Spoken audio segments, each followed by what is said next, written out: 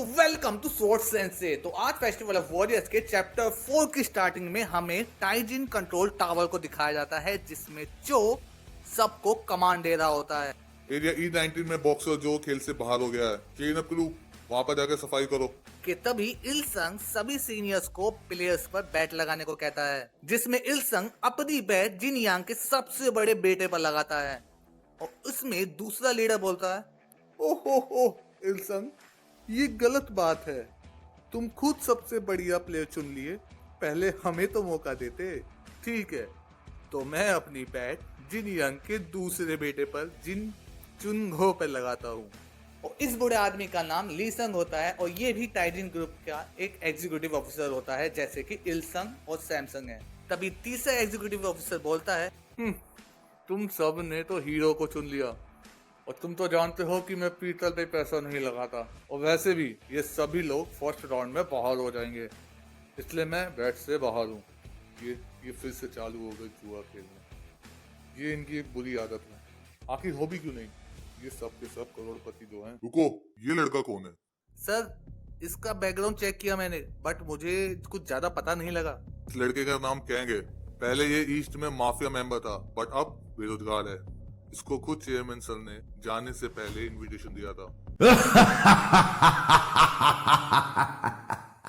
ठीक है, मैं अपनी बैट इस एम्प्लॉयड मॉन्स्टर पर लगाता हूँ।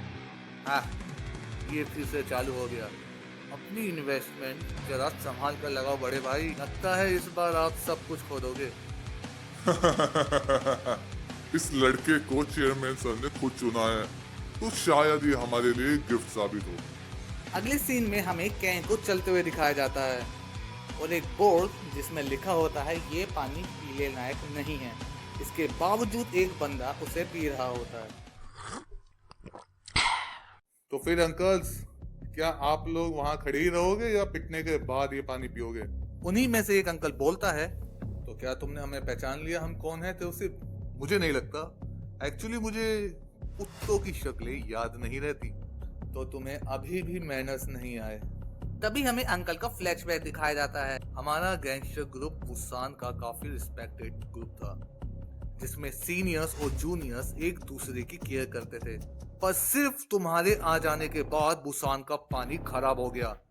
कोई किसी को इज्जत ही नहीं करता, इसीलिए हम सब तुझे मारने के लिए यहाँ आए हैं हुआन तौसीफ। इसी के साथ तौसीफ पर हमला कर देते हैं सबके सब। तौसीफ किसी के अटैक को भी डॉज नहीं करता और एक ही पुश में सभी लोगों को दूर हटा देता है और एक एक करके सब पर हमला कर देता है। और उन्हीं में से एक को पत्थर पर इतनी तेज मारता है कि वो पत्थर तक टूट जाता है।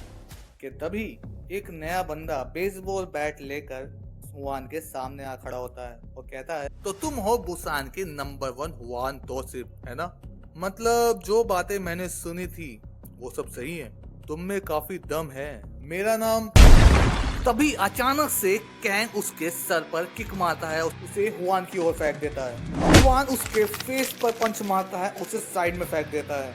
अब आमने सामने कैंग और हुआन तौसीफ खड़े हैं और कैंग कहता है, कहीं मैंने तुम्हें ज्यादा इंतजार तो नहीं कराया?